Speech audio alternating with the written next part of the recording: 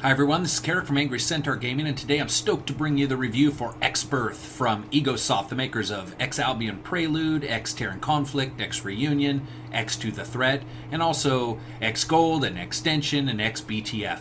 Spreadsheet managers that have spaceship GUI front ends, these games are the deep divers of the spaceship trading, fighting, flying into areas you shouldn't be genre. Except Rebirth aims to fix that situation by aiming a bit more for the middle ground, more freelancer than Ace Combat and less spreadsheet manager than a fantasy football game. X Rebirth aims to introduce fans to the X universe, but with some added, more casual twists, because let's be honest, in past games, everyone in the X universe was missing bodies.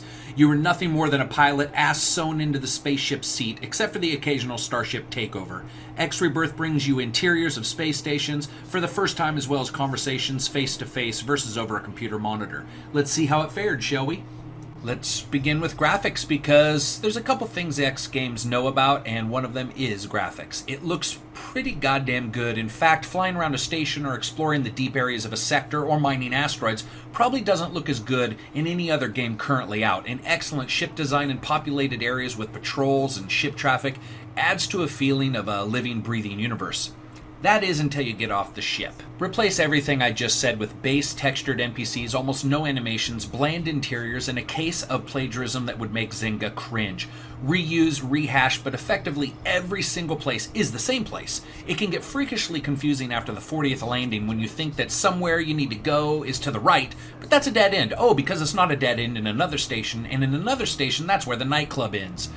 I don't make space stations, maybe they all look identical, it would make sense, but it doesn't make it very fun or visually stunning, and add in some crazy-ass animation errors with NPCs kneeling almost every time you pick a dialogue choice, begins to make you wonder if you're in some futuristic adult movie playing as a space pizza delivery man, except replace hot porn stars with soulless, scarred, and weathered man-things, and you get the point. And then you factor in that the game sometimes just forgets it needs to draw shit. Like a wayward uncle, you notice it's just out in the field dribbling saliva and chewing grass instead of drawing important shit like menus. It happens a couple times a game and happens with the insidiousness of leprosy, making you wonder if it's you. Did I do that? Maybe I did.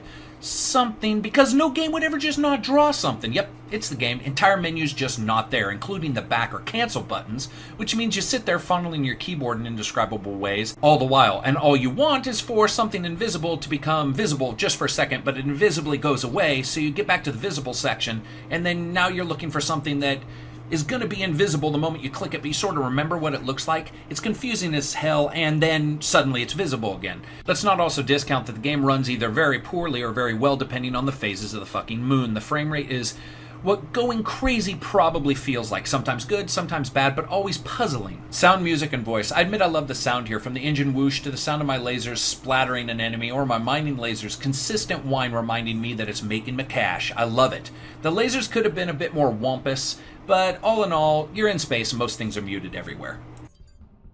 Oh yeah, my favorite part coming up next. Just listen to this beauty. A defense officer. They'll improve the capabilities of your ship. It's a little late for that. We have company. Looks like those pirates want to know what happened to their drones. You'd better defend yourself. You ever spend 8 hours talking to a speak and spell? I now have. Speaking of muting earlier, the fact is no one's voices are that good in the game, ranging from passable to, oh my god, why?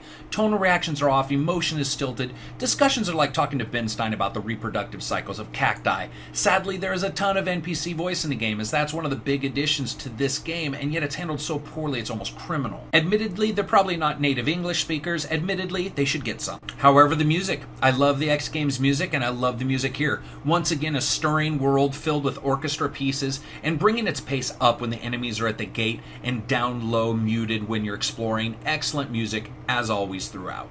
So let's get to gameplay. See her just staring at me.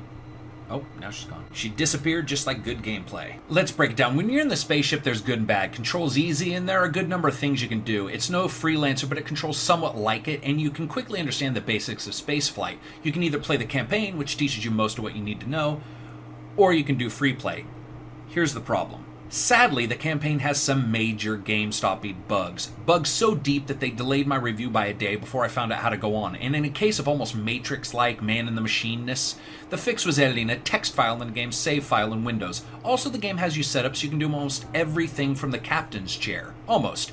You see some things you can't, like assigning staff to ships. You have to land on a ship, walk out, stand like a dope in the center of the ship, and then call the person to you. Not so strange if you had to do that elsewhere, but you don't. The game is as hit and miss as my old dating lifestyle, except occasionally there, shit would make sense. Like if I said, oh look, boobies, during the date, there was a chance it would end poorly. Here it's just fucking random. Some things are in the menus of the ship, other things are not and have to be done by hand. Some things you can do and buy software for so the ship handles, other things you can't. I quickly lost count of how many things didn't make sense. See, that's the issue with X Rebirth. It's more like X Afterbirth because it's a strange mess of a blob that makes you look at it and question what you're seeing. Oh, I can go into space stations? Awesome, they look terrible. And I'm forced to manually do things that would happen within the ship here, but then I can go back to the ship and do other stuff. But wait, you can buy software that allows you to not leave the spaceship? And do it directly from your captain's chair. Awesome, except I need some kind of engineering degree to figure out which of the menus will do what I want, except they all won't do what I want. Some of them do things that you have to buy software for, and others you don't. And then some things you pick, and your character gets up from his pilot seat and rambles into the back of the ship like my grandmother forgetting her purse at Winco. Honestly, I haven't been this confused by something that didn't involve robots' lingerie and a Christmas stocking filled with raspberry jam. Which is all the more mind-boggling because someone somewhere out in the world thought this all did make sense. Like a car driving down the middle of the road, just smashing into everything else head on. It can't pick a side, and we know it's possible that you could make a game like this and have it fully thought out, but the difference between can and do is a wide gulf, and here it's a perfect example of a yawning chasm between the two. But here's where the review gets a little strange. Once you come to grips with what you're doing and what you're juggling, and come to grips with the fact that you're gonna have to juggle random duties, some make sense, some don't, you'll end up finding a little bit of fun inside the game. I actually like the first-person parts, solely because you can explore areas and get out of the captain's chair, but someone just forgot to make them, interesting. I like mining, but it would be cool if the ship that comes standard with a mining laser also had the other items you needed for mining. It's like giving someone a fucking bike without pedals. Hey, look at the bike, you look so good, let's just take a picture of you leaning up against the house. The free play mode is like the campaign. It has the same difficulties until you either buy software for your ship that makes trading and so forth easier, or you just sit back and accept it for its flaws and move forward. One half disappointment and one half moments of fun. I found myself at odds trying to decide if I was enjoying the game or if I was enjoying the parts of the game that I didn't hate as much as the others. Sadly, I think it's a little bit of both. So, what do you get with X Rebirth? You get a space shooter trader exploration game with a boatload of content, a shiny pretty face, but a soulless and cold-hearted center. Best explored and experienced at arm's length because as you get close you begin to realize that everything looks like everything else. At times logic breaking, you notice that two similar things have to be handled in completely different ways, sending you off into a menu set that seems more akin to business management training courses than a game. However, the space fightering sections are actually fun, but that just makes me feel sad because it's like the fat smart kid teamed up with the dumb cute kids and we all know how that ends up. So I rate games on a buy, wait for a sale, rent, or don't even think about it, just go smash yourself in the balls for even suggesting buying at rating scale. This is a don't buy. I hedge between this and a wait for a sale because at $9.99 or $20, that price tag with some mods and patches, this would be good, but I can't rate what I can't play, and I'm not sure what the game would be like with those additions.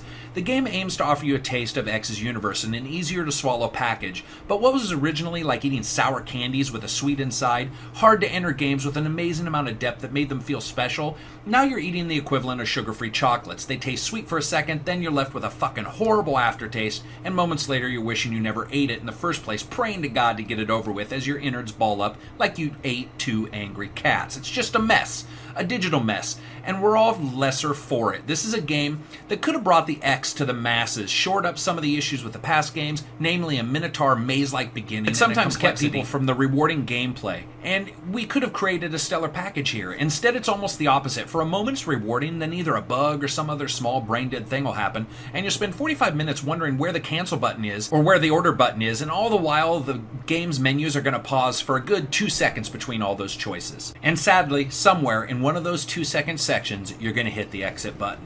So this is Karak from AngryCentaurGaming, radioing in from somewhere between Alpha Centauri and Hades. If you liked the video, hit like. If you disliked it, hit dislike, and always remember this advice. Just because someone is kneeling in front of you doesn't mean they don't have any new wares to sell you, traveler.